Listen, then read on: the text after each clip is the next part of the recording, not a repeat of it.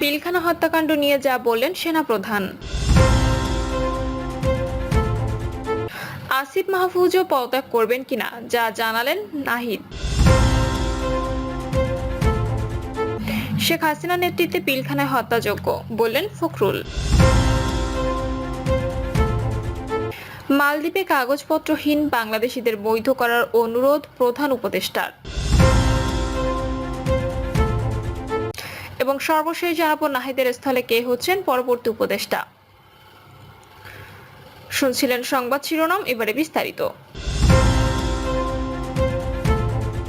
পিলখানা হত্যাকাণ্ড নিয়ে যা বললেন সেনাপ্রধান। সেনাপ্রধান জেনারেল ওয়াকারুজ্জামান বলেছেন, একটা জিনিস আমাদের সবসময় মনে রাখতে হবে, এই বর্বরতা কোনো সেনা সদস্য করে নাই। এই ঘটনা সম্পূর্ণটাই তদানীন্তন বিডিআর এর সদস্য দ্বারা সংগঠিত। Full stop. এখানে কোনো ইফ এবং বাট নাই। তিনি বলেছেন, এখানে যদি ইফ এবং বাট আনেন তাহলে এখানে যে বিচারিক কার্যক্রম হয়েছে 16 ও 17 বছর ধরে যারা জেলে আছেন, যারা কনভিক্টেড, সেই বিচারিক প্রক্রিয়া ব্যাহত হবে। এই জিনিসটা আমাদের খুব পরিষ্কার করে মনে রাখা প্রয়োজন। জাতীয় শহীদ সেনা দিবসে মহাখালীর রাওয়া ক্লাবে আয়োজিত ফটো এক্সিবিশনে তিনি এসব কথা বলেন।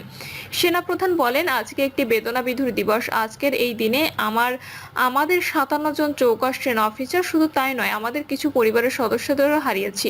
এখানে আসার সময় আমি ছবিগুলো দেখছিলাম, আপনার এই ঘটনার ছবিগুলো দেখেছেন, কিন্তু এগুলো সব আমার নিজের চোখে দেখা। আমি একজন চাক্ষুষ সাক্ষী ও এর সব বর্বরতার। পিলখানা হত্যাকাণ্ড নিয়ে সেনাপ্রধান বলেন, যেসব সদস্য শাস্তি পেয়েছে তারা শাস্তি পাওয়ার যোগ্য। এখানে কোনো রাজনৈতিক নেতা যুক্ত ছিলেন কিনা, বাহিরের কোনো শক্তি যুক্ত ছিলেন কিনা, সেটার জন্য কমিশন করা হয়েছে। কমিশনের চেয়ারম্যান এখানে আছেন, তিনি এসব বের করবেন এবং আপনাদের জানাবেন।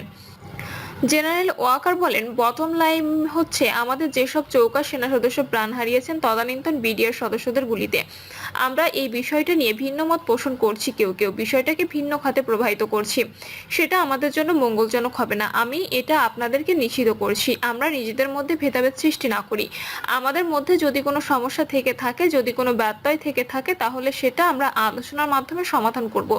এটার জন্য ডানে বায়ে দৌড়ে কোনো লাভ হবে না। তিনি আরো বলেন, কিছু কিছু সদস্যের দাবি তারা 2009 সাল থেকে আজ পর্যন্ত শাস্তি পেয়েছেন। অনেকে বলছেন তারা অযাচিত শাস্তি পেয়েছেন। এই ব্যাপারে আমি পদক্ষেপ নিচ্ছি। সেনাপ্রধান বলেন, আমার স্ট্যান্ড পয়েন্ট হচ্ছে, যদি কেউ অপরাধ করে থাকে সেটার জন্য কোনো ছাড় হবে না।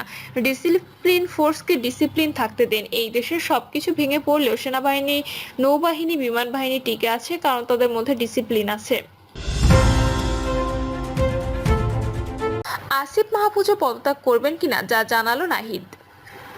নতুন রাজনৈতিক দলে যোগ দেওয়ার অভিপ্রায় ব্যক্ত করে পদত্যাগ করেছেন অন্তর্বর্তী সরকারের তথ্য সম্প্রচার মন্ত্রণালয় এবং ডাক, টেলিযোগাযোগ ও তথ্য প্রযুক্তি মন্ত্রণালয় উপদেষ্টা নাহিদ ইসলাম। তবে সরকারে থাকা আরও দুজন ছাত্র উপদেষ্টা আসিফ মাহমুদ সাজিব ভুইয়া ও মাহফুজ আলম পদত্যাগ করবেন কিনা তা এখন স্পষ্ট নয়। এ বিষয়ে সদ্য সাবেক উপদেষ্টা নাহিদ বলেছেন, বিচার এবং সংস্কারের যে প্রতিশ্রুতি নিয়ে এই সরকার গঠিত হয়েছিল, ছাত্ররা এসেছিল, সেই প্রতিশ্রুতি পূরণে অন্য যে দুজন রয়েছেন তারা মনে করছেন সরকারে তাদের এখনো দায়িত্ব রয়েছে। তারা এখনো সরকারে থেকে জনগণকে সার্ভ করবেন।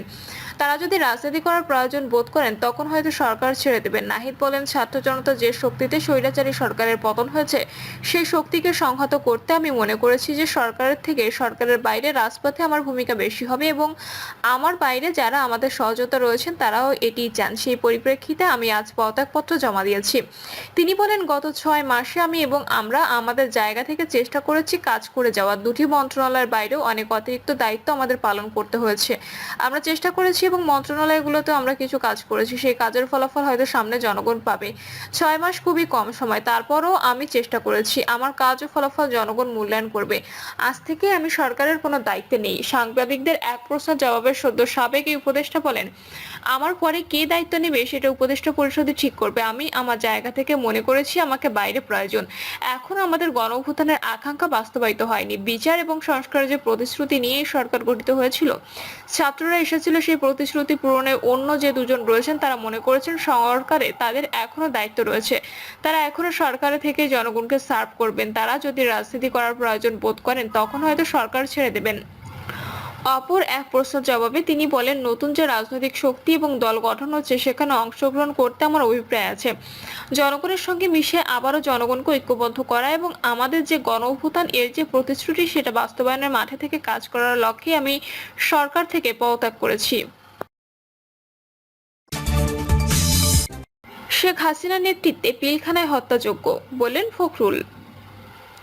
সাবেক প্রধানমন্ত্রী শেখ হাসিনার নেতৃত্বে আওয়ামী লীগের যোগসূত্রে 2 দিন ধরে পিলখানায় হত্যাযজ্ঞ চালানো হয় বলে অভিযোগ করেছেন বিএনপির মহাসচিব মির্জা ফখরুল ইসলাম আলমগীর।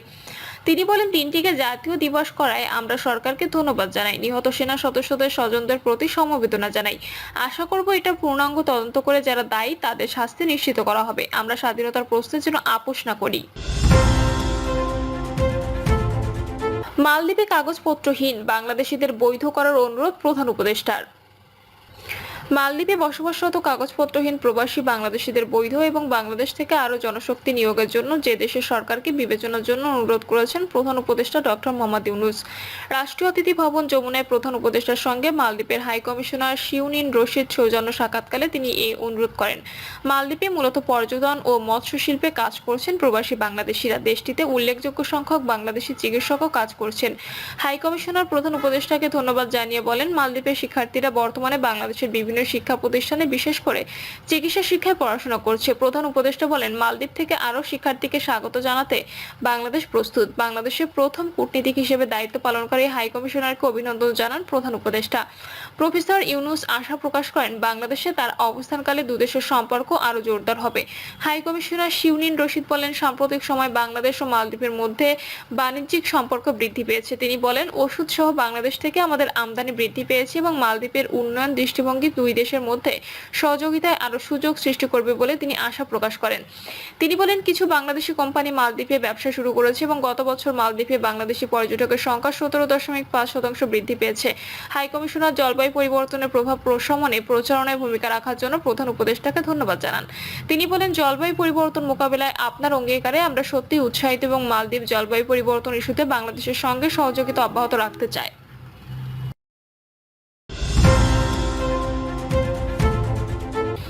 নাহিদের স্থলে কে হচ্ছেন পরবর্তী উপদেষ্টা?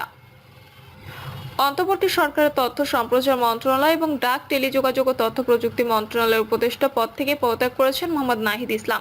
নাহিদ ইসলামের পদত্যাগের পর এখন এই দুই মন্ত্রণালয়, বিশেষ করে তথ্য সম্প্রচার মন্ত্রণালয়ের দায়িত্বে কে আসছেন তা নিয়ে আলোচনা শুরু হয়েছে।